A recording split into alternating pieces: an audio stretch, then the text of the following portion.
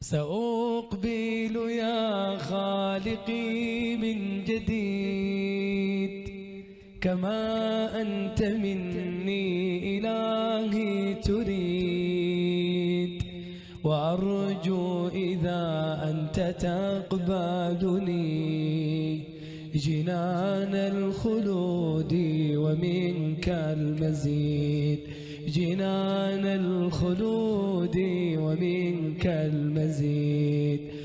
بسم الله الرحمن الرحیم، الحمدللہ والصلاة والسلام علی رسول اللہ وبعد. معزز سامعین و سامعات، السلام علیکم ورحمۃ اللہ وبرکاتہ.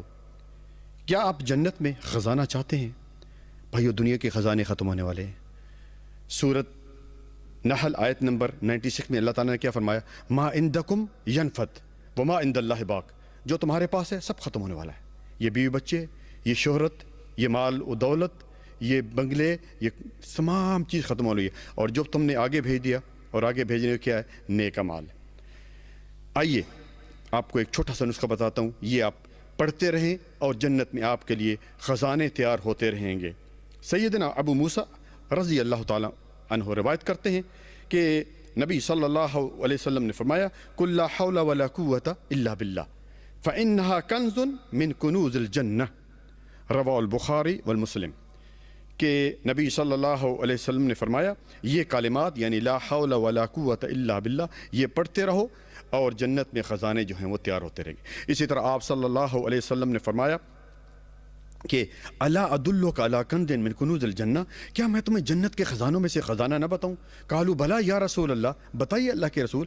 آپ صلی اللہ علیہ وسلم نے فرمایا لا حول ولا قوة الا باللہ، کہ یہ کلمات پڑھتے رہو، لا حول ولا قوة الا باللہ، جنت میں خزانے تیار ہوتے رہیں گے. یہ حدیث جو ہے صحیح ترغیب و ترہیب میں موجود ہے. بھائیو، جنت میں ہم چلے جائیں گے، ہم دیکھیں گے ایک شخص ہے، اس کے پاس بہت سارے خزانے ہیں.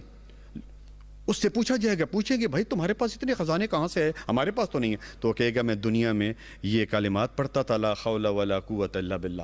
اس دن انسان جو ہے پچھتائے گا. اور نبی صلی اللہ علیہ وسلم نے فرمایا کہ لوگ جنت میں بھی چلے جائیں گے، لیکن ایک بات پر وہ حسرت کریں گے.